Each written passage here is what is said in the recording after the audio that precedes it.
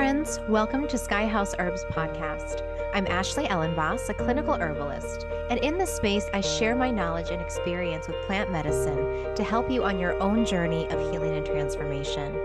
Join me in exploring the ancient wisdom of plant spirit medicine and how it can be used to heal the body, mind, and spirit. We'll talk to experts in the field and share stories from people who've been transformed by powerful plant allies. New episodes are released each Monday, so please subscribe. And now, let's explore this mystical world of plant medicine together. Hey friends, welcome in. Today we'll be exploring the new moon in Cancer with my husband and myself. We'll be talking about Hawthorn, a really powerful medicine for the heart that will be a helpful ally in the month ahead. So have a listen. Let me know what you think. Please subscribe to my channel. If you find this to be helpful, leave comments. Let me know if you've taken Hawthorn and enjoy the show. See y'all soon. Hey, good to see you. Yeah. Even though you're right there in the other room. I know. Yeah, it's good to be back talking planets and plants. I'm going to pull up the real-time clock and just go over the signature of this new moon so that we can kind of refresh on it. We talked about it a little bit yesterday on my channel. And I think that this will be useful for the listeners on both of our channels, as you're often covering the plants, the energies, in ways in which we can work with the plants and their unique doctrine of signatures. And we'll pair that together with some of the features of the astrology over the next month. And hopefully people on both of our channels will really enjoy this. All right, let's go with the real-time clock here. And one of the reasons that we are doing this is, and this will be a little bit of a brief video. I am on vacation right now, so the content that I'm making prior to leaving is just a little shorter than my normal content, but hopefully no less impactful or helpful. Here is the signature of the new moon, which we visited yesterday. You'll see that the new moon starts in an opening opposition to Pluto. That signature is going to be part of the unfolding of the entire cycle, which, when placed alongside of Venus's retrograde in the sign of Leo, which is coming up within 1 week of the new moon, alongside of Pluto opposite the sun within the first week of the new moon, you have a very potent signature. Some of the themes that we are watching for in the month ahead, you could visit yesterday's video on the new moon in Cancer and get maybe even more information than what we're going to provide today, but some highlights. First of all, when you have the Cancerian energy opposite Pluto, the potential for turmoil and transformation within close emotional bonds, especially families or like sort of domestic situations, living environments, marriages, families, close-knit communities or groups of people, the potential for the dark stuff to come up for us to look at within those kinds of spheres or places is a strong likelihood with this cycle ahead. When you pair that with Venus retrograde, we're talking about the heart. The Venus in Leo is so much about transformations of the heart in relationships, but also individually. And when you juxtapose that next to a strong Cancerian moon cycle with an opposition to Pluto, you're talking about transformation around the heart, around relationships, especially where there's a lot of history or there's close emotional bonds, and especially within groups that act like families or living environments that are sort of nuclear and provide us with a sense of emotional security. Family karma in general. So kind of this is like a cycle of family karma, heart karma, relationship karma. Now that could happen in friendships, again, groups of people, the workplace, marriage. I think it's likely that you're going to see tighter, more interpersonal relationships featured during this cycle, especially those that revolve around home, family, or that have a long history behind them. So when that kind of transformation is at hand, it's a vulnerable space for us to be in. The heart is tender, even though the heart is strong. And I think we'll find that juxtaposition really useful this month. How do we keep strong-hearted while being vulnerable and tender to the kinds of transformative energies that are coming through? So that's the astrological piece, which I think we covered yesterday a little bit. I wanted to have Ashley on today to talk about the plant that we're using in our Roots and Spheres monthly moon circle, because in that circle, we try to address the astrological energies through working with specific plant teachers and looking at those plant teachers as like a diet of some sort throughout the entire lunation cycle. I'm going to tell you right now that next month in August, we will be running a 1-week sale on some of our courses. And one of the sales that we'll run will be for people who want an early bird sign up for the Roots and Spheres 2024 program. So if you like this kind of stuff, the pairing with planets and plants throughout the moon cycles ahead, if you like the wisdom Ashley's about to drop on you, just remember that next month we'll be running a sale. I'm not sure exactly which week. It'll probably come later in August, that we'll run a 1-week sale where you'll get a pretty good deal if you want to sign up for the Roots and Spheres program next year. So that being said, what kind of plant teacher do you have cooked up for Roots and Spheres for everybody this month, Ashley, given these astrological energies? Yeah, this is going to be a great month for heart nourishment. Like thinking about what are the things, what are the activities, what is the music that really feeds, nourishes, and stabilizes the heart. And so the plant teacher is Hawthorn. And I really, Hawthorn is one that I often reach to for people who are dealing with grief. It's for when your heart is tender, when you feel like a protective barrier has been sort of torn away, either through circumstance, through health crises, through an actual loss of a loved one. But hawthorn it's a plant that you can think of it as a plant when you really need a hug, but not just like a physical hug. I know some people are like, touch, but like a soul hug. When you're like, I just need to be held and hugged and to be reassured. Hawthorn is really an amazing medicine for that. And it's a really old medicine. This is a tree that's been used medicinally for thousands of years. And there's different species that grow in Asia and throughout Europe and in North America. So it's a very widespread plant that's been used medicinally by many different cultures, and all for the heart and different heart ailments. So, I can talk more about the medicine, but I think that's kind of a general, hawthorn is it's a cardioprotective herb, which I can talk about. And it's also a cardiotropo-restorative. So it actually works on restoring the tissues of the heart. And then it has that energetic work as well, emotionally, on restoring grief and those more subtle energies that affect the heart so strongly. I'm going to put a picture of it up on the screen so that we can see it, because to me, one of the striking features of the hawthorn tree is that it looks like a big heart. I mean, when its berries are up, I guess. Yeah. Yeah. So this is, so it first comes into bloom around May. It's often called May bloom or Mayflower. And there's actually stories that say that the Mayflower ship was named after hawthorn because it was a tree of protection. So it has these beautiful white blossoms in the spring. Sometimes they're a little pinkish. And then it starts to form these berries as you move into summer and early autumn. And the plant is in the Rosaceae family, so it's in the rose family, and it has thorns. It's one of it why it gets the name hawthorn, is it has these thorns, and it's been used as a hedge plant, so to protect and create barriers. And I think this month, as family dramas are coming up, as tenderness of the heart is coming up, this is also a good plant for creating protective hedges. Like, who do you want to not only stay out of your yard, but who do you want to keep in your yard? And so hawthorn is a plant that can help us with boundaries and help us really think about, what is a healthy gate, or what is a healthy gate, so that we can have fluid entry and exit while still maintaining borders. Yeah, it's like stay off my lawn, but stay in my heart. It can be both. It can be both. Yeah. And this plant is a nervine too. So it's really wonderful at keeping us calm through hard times, and specifically keeping the heart calm. It helps with heart palpitations and anxiety, especially when it feels like tightness around the heart. So it has that very specific activity of creating a more relaxing internal environment as we're moving through the day. Can you eat the berries? Is that like a thing? Oh, totally. Yeah. We actually have them in our fridge downstairs. Actually, we moved it to this fridge over here, but is that yeah. true? How did I not know that? I guess you have so many cool, you have a huge apothecary. So, well, I sometimes feed you things and I don't tell you what it is. So during COVID, I actually fed you hawthorn jam and I put it on your toast. And I did it for the girls because it Oh my is such a God. strong heart protector. So yeah, they make it's called a salt. Isn't that funny that you didn't know sometimes? You're so witchy. I love it.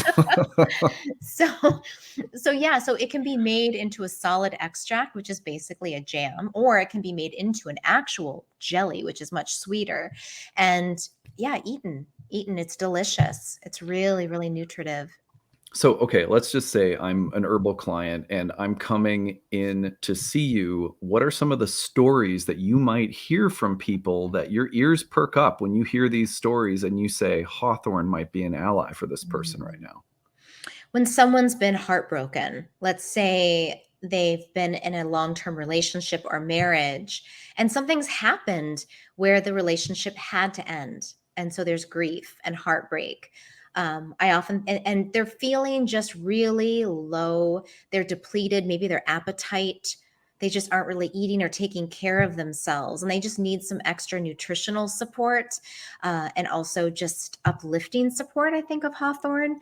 When there's actual death, if someone's lost a pet, a family member, a loved one, a friend, Hawthorn often comes to mind for kind of rebuilding the heart. And then also when someone comes to me with cardiovascular issues, maybe it's not emotionally related, obviously, but it's maybe more ancestral, like high blood pressure, or they have some sort of ischemic heart disease.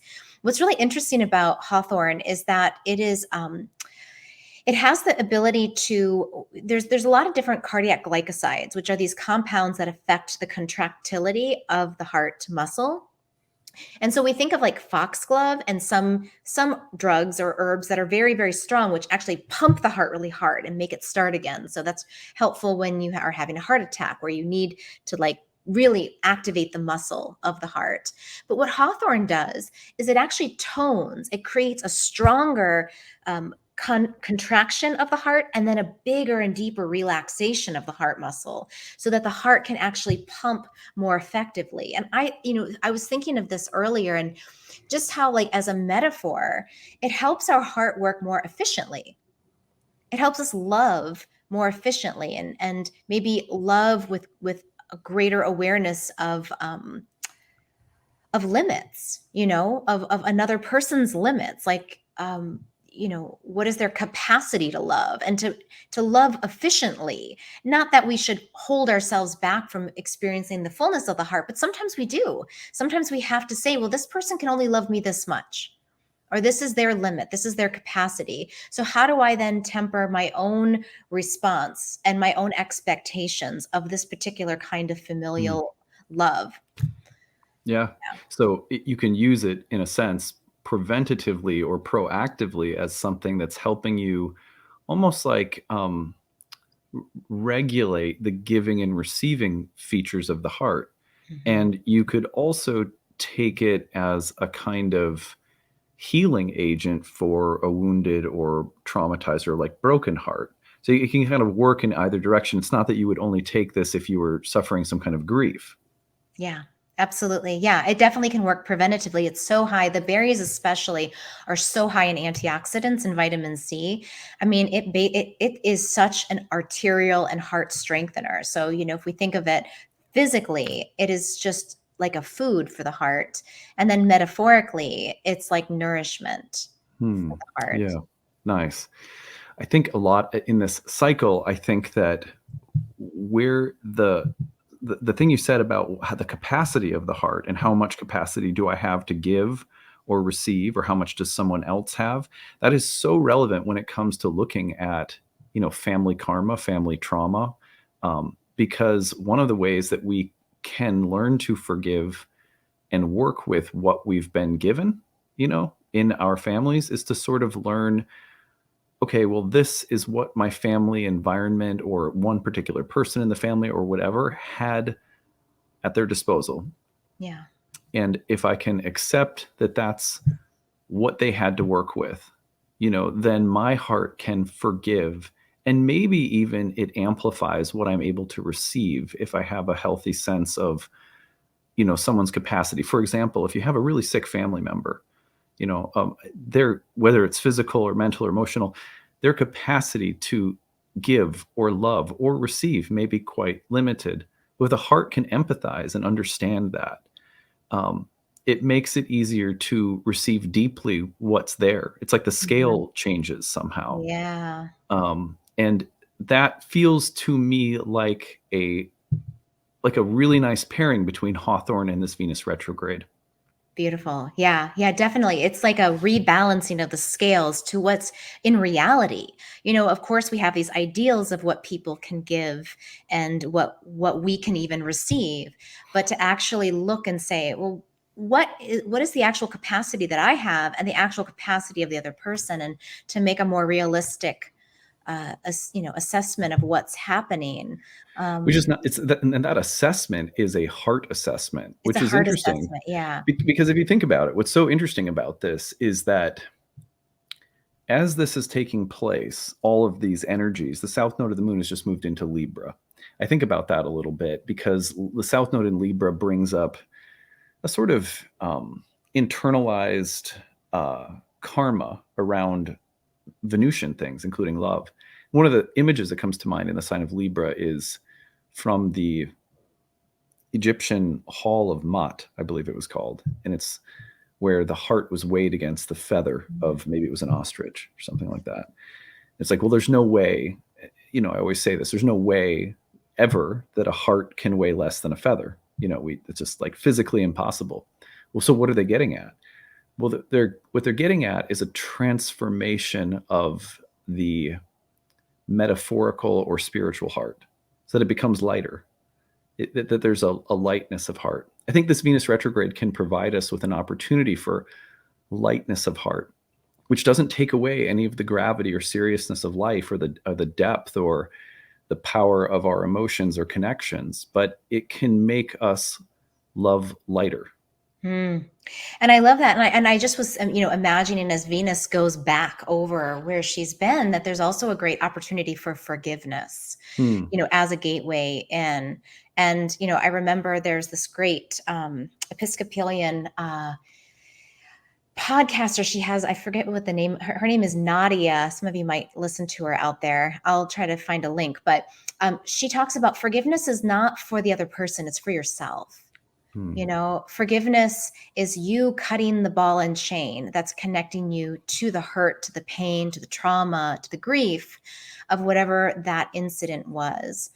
And when you can cut that and free yourself from that and forgive the person, it's not, forgiveness is not the same as, giving them permission to hurt you, but the forgiveness is cutting yourself from what's holding you back and what's holding you down.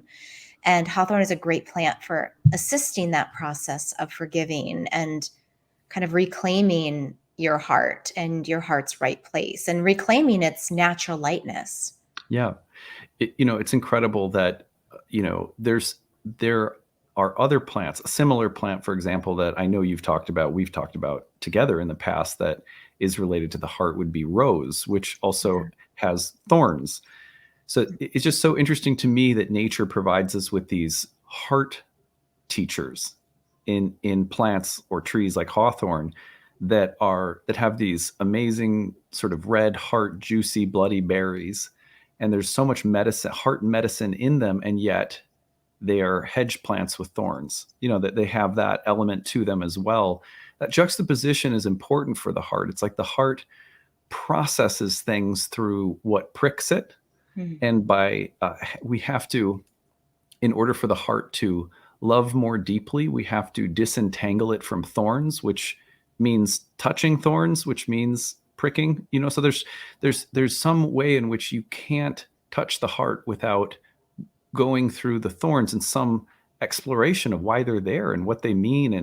And that's why I think the subject like forgiveness is so interesting. And there's so many more things that could be said, but I was just, that's where my head was going while you were talking about hawthorn and forgiveness. And I was thinking of the thorns.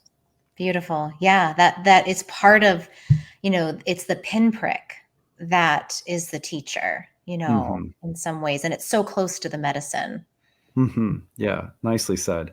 Well, we're keeping it short today because I'm trying to do shorter videos while this is airing. We are on vacation. So we're doing this in advance. So we have a little space in which to enjoy hearing Ashley teach at the medicine confluence that you're a part of. You want to just mention that just briefly so that people know where we are and what we're doing? I think people would find that interesting. Yeah. So we are going to be at the Good Medicine Confluence in Colorado. It's near Lake George, which is a few hours south of Denver. And this is a huge medicine confluence that brings together healers, medicine makers, crafters, hedge folk. And really, this particular one is not, there's a lot of different types of herbalism. And this is really like the folk, woodsy, they're having a masquerade ball where everyone's going to wear. It's like a Renaissance festival herbalist where, you get into the deep, magical, mystical elements